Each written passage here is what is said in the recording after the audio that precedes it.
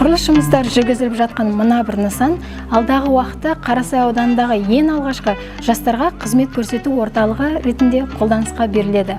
Мердігер мекеме өкілінің мәліметіне сүйенетін болсақ, сәуір айында жанданған құрылыс жұмыстары ағымдағы жылдың қараша айында толыққанды аяқталады.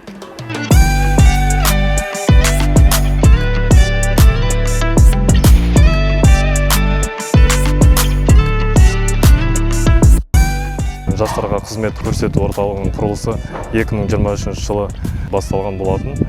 Тапсырыс беруші Қарасай ауданы құрылыс бөлімі мемлекеттік мекемесі және мердігер мекеме Азамат құрылыс компаниясымен келісімшарт жасалған болатын.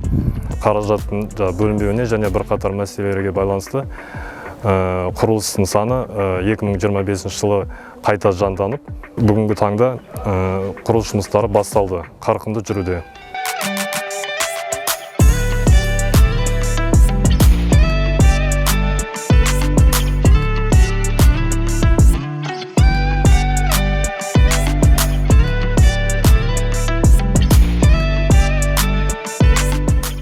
Бүгінгі күнге мынау ішкі стеналардың қалау жұмыстары жүріп жатыр. Төменгі этаждары бітті, мінекей енді кейінгі екінші этаждың шамалық жұмыстары қалып тұр. Қазір сода мінекей 9 адам жұмыс жасап жатыр. Ендігі этапта мынау шатырды жабу, кейіннен ішкі электр жүйелерін монтаждау жұмыстары, нәрлеу жұмыстарына жұмысшылар топтар келеді, солар келіп жұмыс жасайды.